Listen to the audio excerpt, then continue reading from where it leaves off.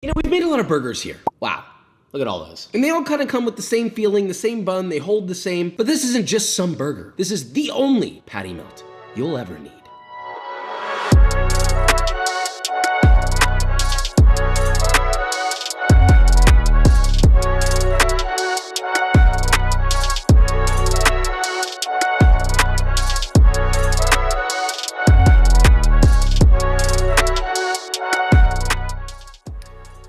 Bonjour. The new year is here. Ulysses, yours.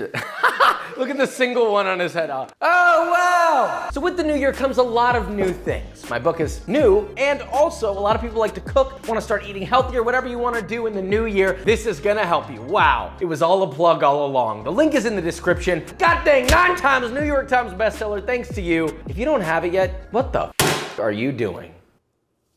I missed all of that. So we're making the Whataburger patty melt. The patty melt is the one item from Whataburger that I will eat and not actually hate. It's nice, you got these big thick pieces of Texas toast, a ton of melted cheese burger. The fact that you hold it sort of like a deli sandwich as opposed to like a burger that's round, it just eats super differently, which they say the texture doesn't change flavor. Brother, it can. I can't continue without pointing out that I do still think Whataburger is slightly overrated. It is what it is. But to me, a patty melt should be so good that it beckons the thought of it every single day after eating it for a full month, and this is gonna do that. So with all that being said, let's make this, shall we?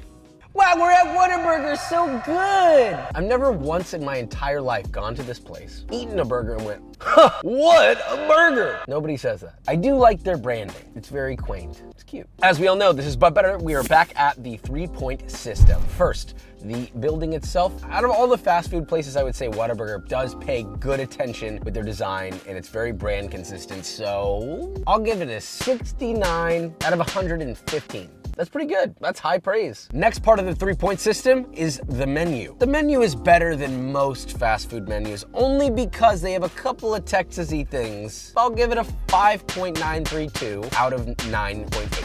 Again, high praise. One of our highest praised restaurants so far. How can I help you? Can I just do 2 Whataburger patty melts, just the sandwich? Okay. Awesome, perfect. 1427 at the second window. Thank you. Awesome, thank you. You're welcome. They're kind of killing it right now because she was very nice and I felt very attended to. Service is gonna get a 10 out of 10. 10 out of 10. Whataburger, you're doing pretty good right now. Thank you so much, appreciate it. So the service was a bit slow, it's fine. They're rushing like crazy, but they're not that busy. I guess it's just those never been frozen beef. Let's baka our way back home and see how Whataburger fares. So we've got the bag. First off, design, very nice, I like it. This looks like a school lunch. This looks nothing like the photo. You want that?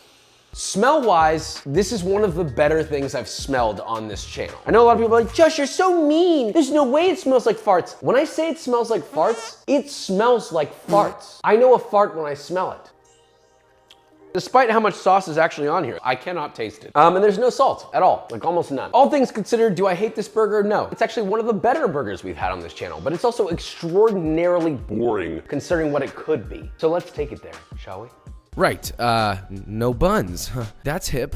You know what, respectable and not a problem. But if we're using Texas toast instead of buns, are we gonna use pre-sliced bread? If you want a basic ass sandwich, then yeah. But if you want full control of your life and slice thickness and maximize customizable flavor, then you make it yourself. It's really easy. First, snag yourself 1 1/4 cup or 290 milliliters of water around 95 degrees Fahrenheit and mix in 1 tablespoon or 12 grams of bread machine yeast. We're using that yeast specifically instead of instant because bread machine yeast usually has conditioners in it, which work better for this type of bread. In a separate bowl containing 4 cups or 600 grams of all-purpose flour, add in 3 tablespoons or 47 grams of granulated sugar, 2 teaspoons or 12 grams of fine sea salt, and 1 teaspoon or 3 grams of amylase. Wow, time for a funny little man lesson. Amylase is a naturally occurring enzyme that catalyzes hydrolysis of starch. Confused? Let me make this simple. This is optional, but it helps soften the bread even further, borderline to commercialized softness, and you can get it online. Link in the description. Anyway, whisk that together until combined, add in 1 whole egg to your yeast juice. Whisk till combined, then pour that into the bowl of a stand mixer, fit that with the spiral attachment, begin mixing on medium-low speed, and add your flour mixture a 1/4 cup at a time until all of your flour has been added. Let that mix for 2 to 3 minutes or until you get a slightly smooth dough. Then add a 1/4 cup or 56 grams of unsalted, softened butter. Please stop trying to use cold butter, all right? You will regret it, and then you're gonna complain to me, and then I'm gonna be like, oh my God, I literally told you not to do that. Why are you doing that? Now let that mix for about 5 minutes on medium speed until all the butter is added and incorporated, and you should have a smooth, beautiful dough. Shape that into a light ball, place into a grease bowl, cover with plastic wrap, make it respectable, of course, and let it rise at room temp for 1 to 1.5 hours or till doubled and chunky. Now punch your dough down till all of the yeast is released. Gently turn it on to a lightly floured work surface and roll into a rectangle that's the same length wide as the bread pan you're using. Ah, right. Speaking of bread pan, you need one that's sized for 1.5 to 2 pound loaf. You go too small and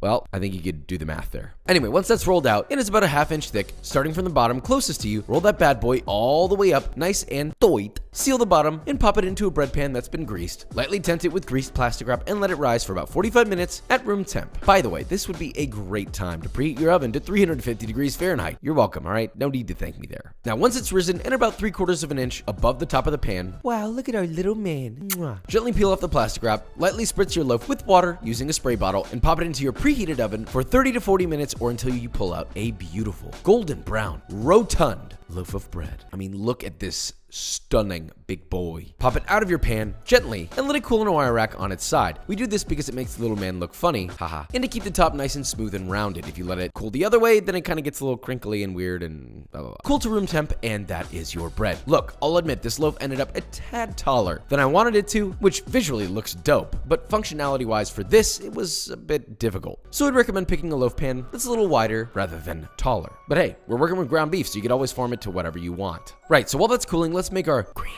pepper sauce. This sauce is a decent volume of ingredients, so in a medium-sized bowl, add 1 1/4 cup or 200 grams of mayonnaise, 1 teaspoon or 2 grams of sweet paprika, 1 teaspoon or 3 grams of ground white pepper, a mixture of 1 tablespoon or 4 grams of black peppercorns, and 1/2 teaspoon or 1/2 gram of green peppercorn, which have been ground coarse. Add that in, followed by 3 cloves of garlic grated, 1/2 cup or 110 grams of ketchup, 1 tablespoon or 12 grams of, please, prepare the trumpets, Worcestershire sauce. Pretty good pronunciation there for me. Salt to taste, and albeit optional, and look, we rarely do this here, add 1/2 ounce or 14 grams of fresh grated black winter truffle. I know I'm gonna get trashed. You can't do that. That's too much of a flex. It's making it too... Shut up. I promise if you removed this ingredient, it would still be better. Now mix that together to incorporate, and finally, add a 1/3 cup or 25 grams of grated Parmigiano Reggiano. All right, that's the last ingredient, I swear. Now mix that together until thoroughly combined, and let me tell you something. This is probably one of the best burger sauces we've ever released, period.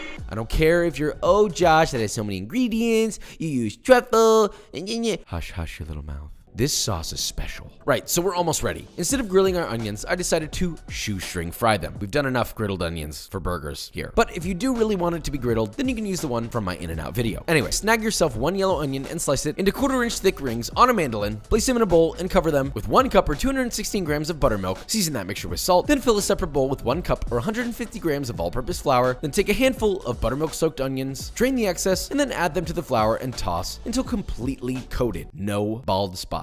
Then place them on a baking sheet while you coat the rest. Now, once all of your onions have been dredged, heat a pot of oil that's at least 1.5 inches deep to 350 degrees Fahrenheit. Gently lay in your onion in batches, frying for about 1 to 2 minutes or until they are a beautiful dark golden. Remove them from the oil with a spider and drain them on a wire rack and season immediately with salt while they're hot. A, so the salt sticks, and B, so you can receive a kiss from Papa. And good, oh, look at these. You know, you could totally just dip these in the sauce if you're feeling a little naughty. All right, it's time. Slice your bread a little over 1/2 inch thick. Toast it in butter on both sides till the surface is beautifully bronzed like a perfect sunset. Cut a clove of garlic in half and rub the cut ends on both sides of your toasted bread to perfume with a garlicky kick. Next, you'll need 3 pounds or 900 grams of ground beef, and make sure this beef is high fat. 80% lean is too lean for this. Anything below that is going to be better. Now form this into 1/3 pound or 150 gram balls, which all in all will get you enough for 4 patty melts total. Now get yourself a cast iron skillet set over medium-high heat until it's as hot as the Large Hadron Collider. Maybe that's a little too hot. You get the point. Give it a light spray with nonstick cooking spray, add in a ball, and immediately press with a spatula or a burger press like this. Season to taste with salt and pepper. Let that sear for 1 to 2 minutes or until beautifully browned. Flip and season the other side with salt and pepper and sear for another 1 minute. Then add 1 slice of Monterey Jack cheese. Let it melt or force it to melt because you don't want to wait. Place it to the side and repeat with all of your patties. I will say that I prefer to melt the bottom patty patty's cheese after I laid on the sandwich, just so the cheese is ultra bubbly and hot, but that's optional. Anyway, now, the moment of truth, assembly time. Texas toast on the board. Generously sauce with your pepper mayo. First patty down, followed by Monterey Jack, melt that bad boy. Next patty, which already has cheese on it, sauce your other toast generously. And finally, but most importantly, give it a fat stack of your luxurious fried onions. Grab that other toasty boy, give it a little chef's kiss, call somebody you love and tell them about this sandwich, and crown your magnificent king. And that is our patty melt. And you know what? Out of all the patty melts that I've ever seen and eaten, something just looks so righteous about this one. You give it one good look and say, yeah, you know what? All is okay in the world in this moment. Now let's taste test these and see who the real winner is. And you know what? Whataburger also DM'd me and said to not do it to them, but you know, here we are. So sorry about that. Wow, we've arrived. We didn't really get to not one green in this at all. All meat and beef. Buongiorno. I'm not saying it's unfair that we have the onion rings, but it doesn't matter because this sandwich is astronomically better. Everything in here is exactly what I want. The bread is actually good. It's soft. It's almost like a nice brioche. The beef, perfectly cooked. It's juicy. It's salted beautifully. But we need someone to make the final determination. So we'll have our friend Yuma joining us today. Ready, CD? Yes. Sorry. Are you ready? I'm gonna need to go a little bit more, honey. Ooh. Whoa. So that's number one. Number two. Da, da, da, da, da, da. Oh my God, your tongue's vibrating. Dry. Number one, very rich, juicy, and this one just tastes like an old sandwich. Look, man, if you're hitting a piece of bread and it makes that noise, you've already lost. So long story short, we won. The patty melt has been done did. You decide if you want to make it or not, or if you're gonna go through the drive-thru and enjoy your cafeteria. You wanna know what else has meat covered in Papa's creamy yum yum truffle sauce? B-roll.